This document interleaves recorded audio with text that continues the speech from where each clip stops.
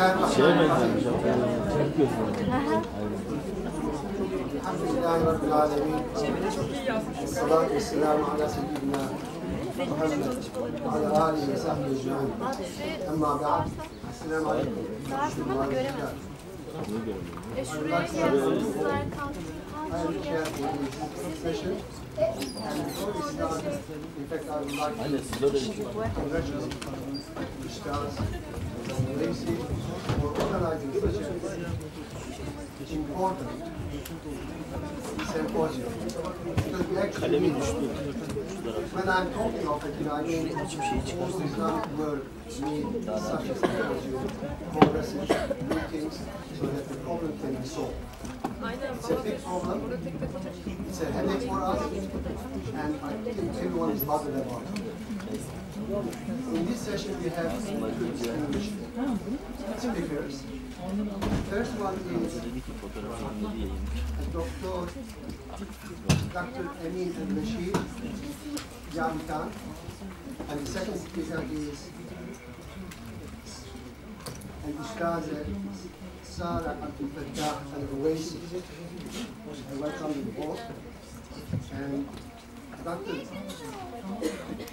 Amin al-Bashir's paper is entitled The Power of Knowledge in Liberating Islamic Jerusalem, a study of Muslim players during the first Muslim conquest.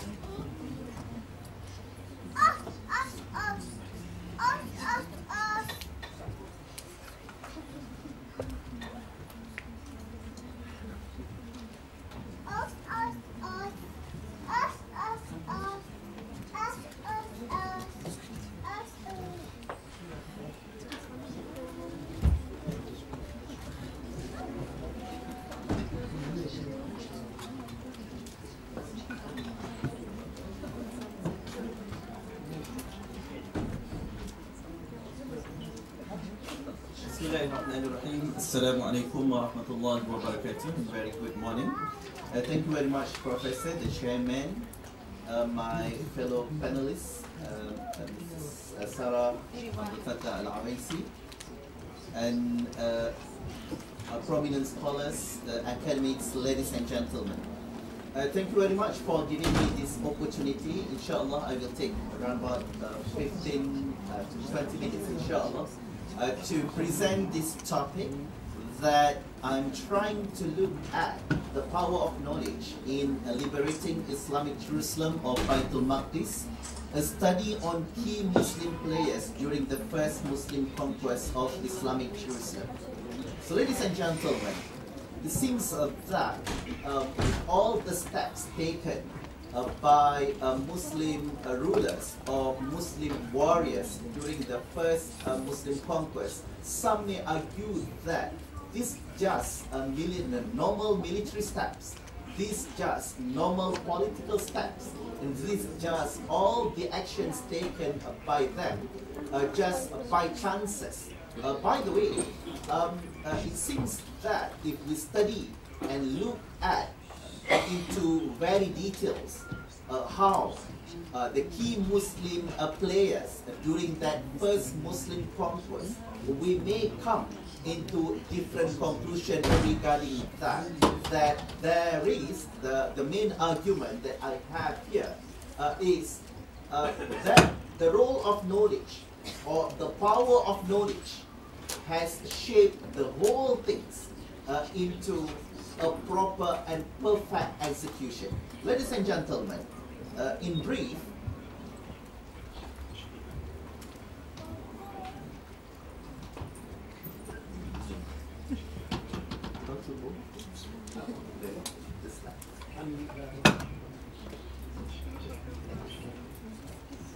Okay. Just a brief overview. I will have introduction that I already mentioned to that, and the objectives of this paper, methodology, significant phases regarding the first Muslim conquest of Islamic Jerusalem during the time of Umar al-Khattab, and the key players based on the study and the conclusion on this paper.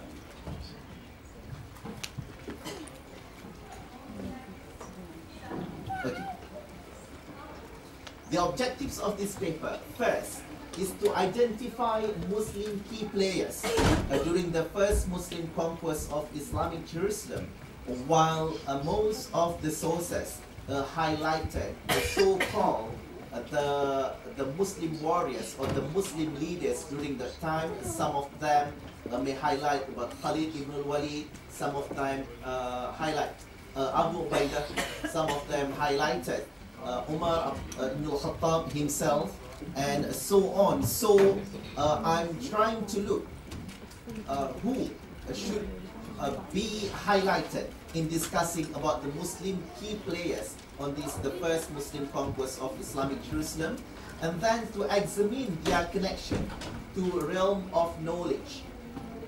To look at if it is Umar ibn al-Khattab, if it is Abu Bakr, for example, then how their connection towards the knowledge or their understanding towards Islamic Jerusalem or Beytül Makdis, and to analyze their adoption of knowledge towards liberation, how their knowledge has been implemented and has been materialized towards the first Muslim conquest. And the methodology that I use in this paper, first, historical research methodology, so that I will look at the events and also the figures involved in the first Muslim conquest of Islamic Jerusalem, and Islamic research methodology, that this will involve to look at the understanding of priorities, of faith priorities, or fiqhul awlawiyat, and also some others relating to authentication of the hadith and so on. So based on my research, the first Muslim conquest to relate and to try to connect to the role of knowledge and how the power of knowledge shaped the first Muslim conquest can at least be divided into two main phases. Sometimes when we try or to look at the liberation, we may find that by conquering certain territory, then that's it. We succeed.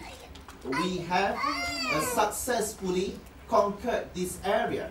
But for me, in the case of Islamic Jerusalem, or the first Muslim conquest of Islamic Jerusalem, there are two main phases that need to be looked at.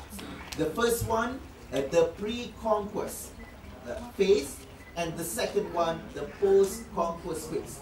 That based on these two situations, a pre and post-conquest, it seems that what the Muslim rulers during that time, or Muslim leaders during that time initiated, is to provide or try to establish the sustainable liberation.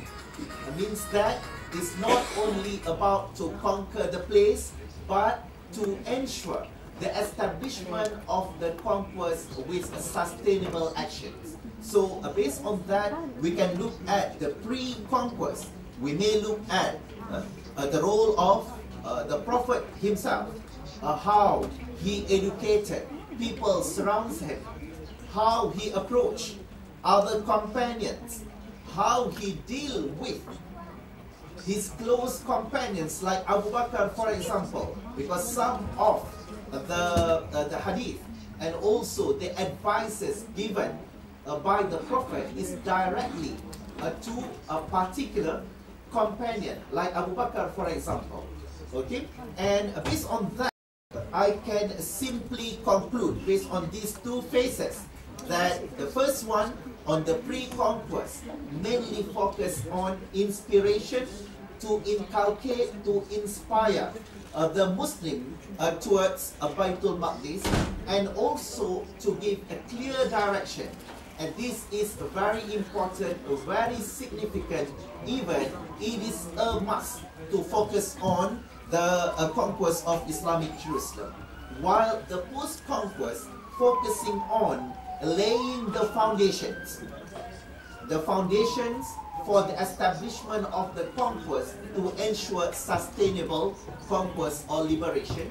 And on top of that is the implementation. How they deal with in assigning, for example, governors or who's responsible in this territory to manage, and also to make sure that not only look at administrative context, but also in empowering people during that time by having a true knowledge or understanding regarding Islamic Jerusalem. The key Muslim players, everybody understand, and I think it's very clear enough from yesterday that we discussed about the approach, the hadith, and anything related to the Prophet. So I do not intend to go into details regarding the practical steps inspired by the Prophet, but I will look at, for example, Abu Bakr as-Siddiq.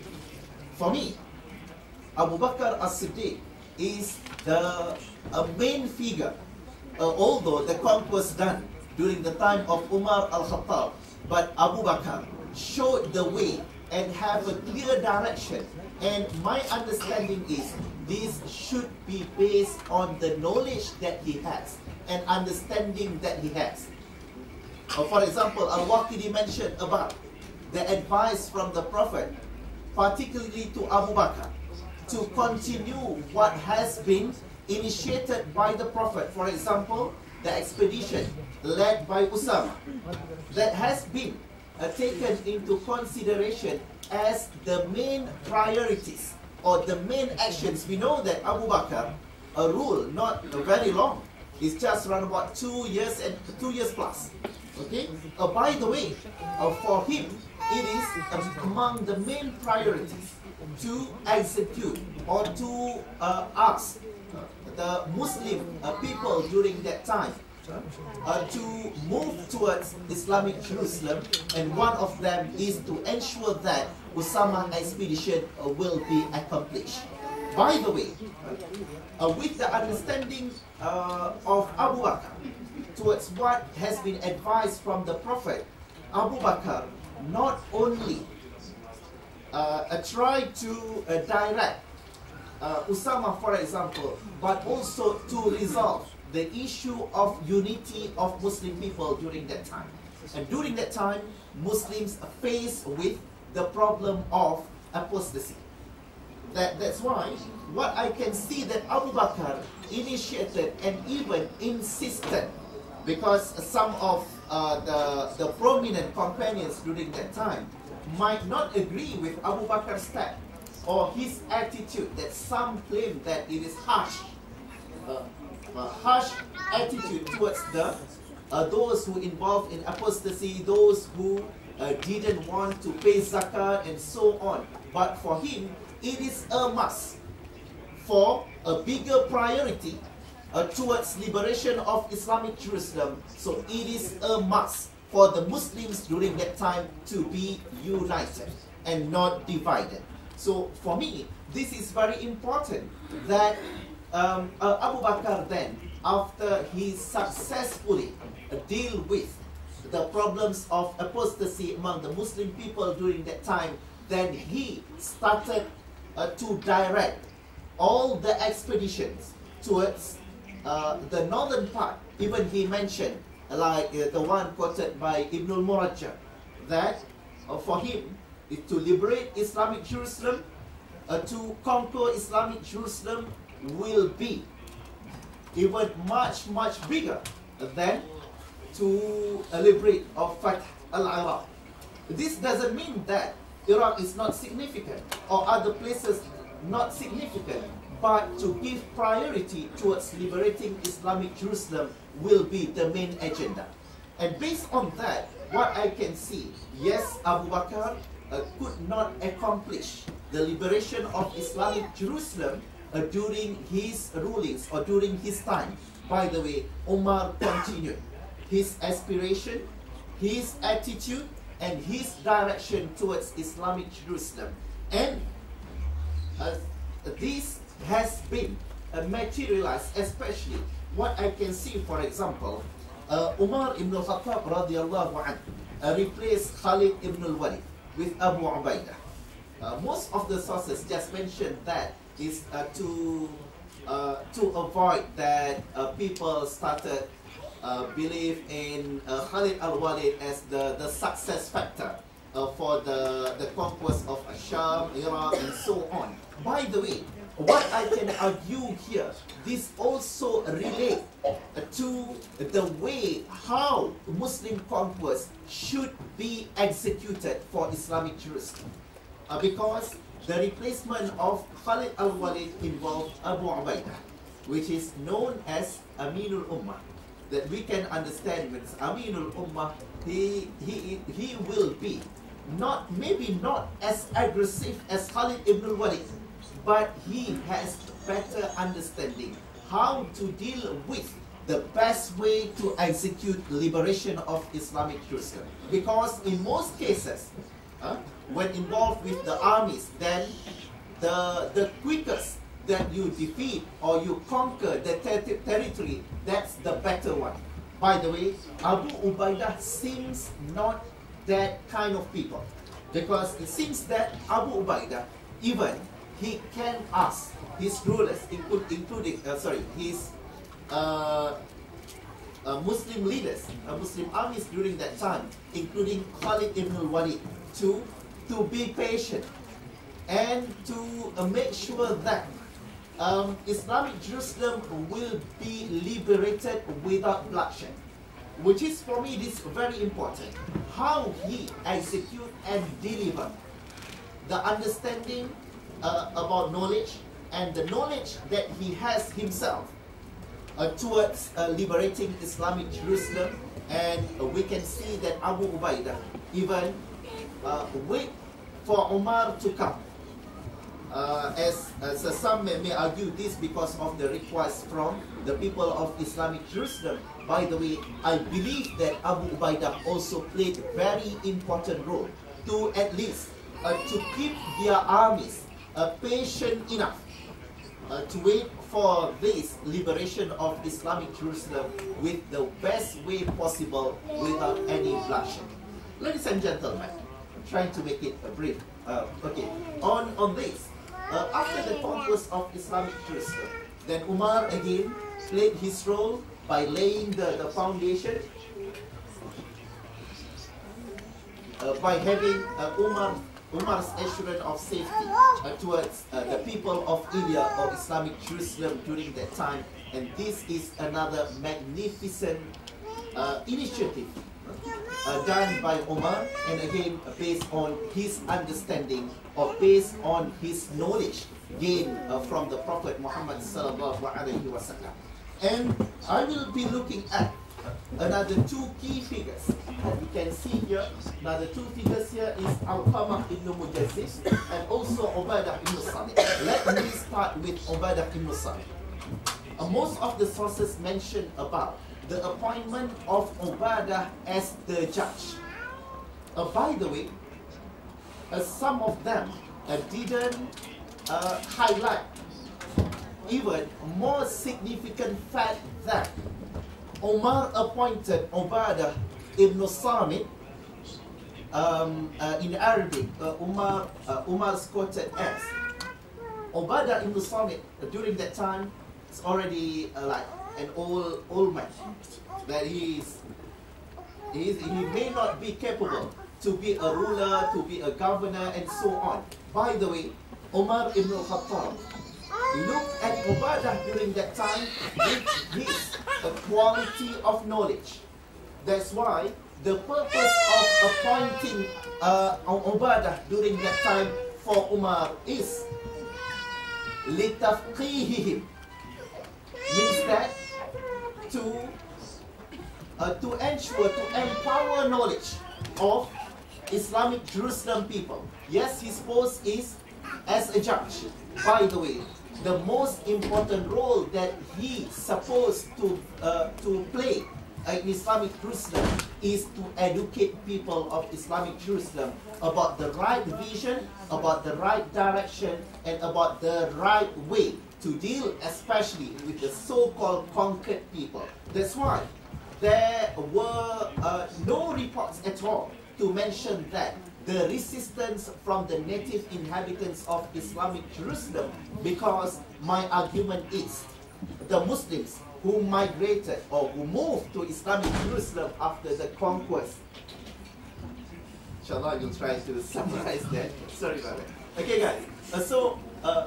During that time, it seems that Muslims of Islamic Jerusalem, some of them may come from Yemen, some of them may come from other parts of Muslim territories during that time, but they have very good understanding, and that's the role of Ubadah ibn Asad. And Alqamah ibn Mujassiz been assigned as the governor or administrative governor for Islamic Jerusalem with his background that he is a military man. He has been assigned by the Prophet to lead one expedition before that. So I believe that the role of Al-Qamah here is to ensure that the execution, the educating process towards the people of Islamic Jerusalem will be done properly, because knowledge or the power of knowledge need also to be accomplished by accompanying it with the so-called security measures, and also the efforts to protect all the initiatives and so on. So ladies and gentlemen, as a conclusion, the first conclusion that I can make, knowledge-based approach was the main emphasis by the Prophet towards liberation of Islamic Jerusalem, so that not only based on the hadith by the Prophet, but also the actions taken by the close companions to the Prophet towards liberating Islamic Jerusalem. Secondly, inspirational knowledge shaped organized moves towards liberation by Muslim key players, and power of knowledge is a must for sustainable liberation. That's all from me today. Assalamu alaikum warahmatullahi wabarakatuh.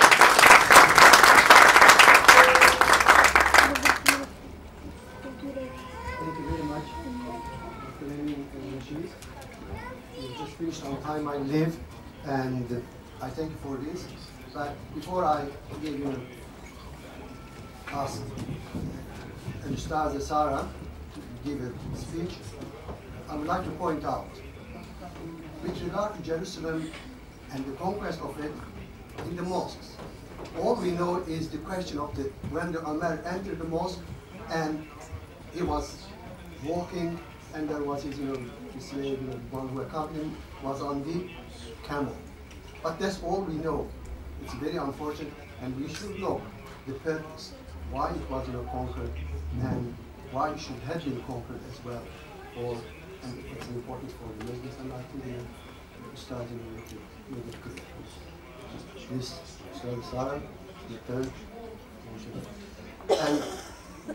and Ustaz Sarah Abdul Fattah Al-Oasis paper is entitled The Role of Understanding Geopolitics Context of Islamic Jerusalem in Formulating Regional Change During the Ayyubi Period.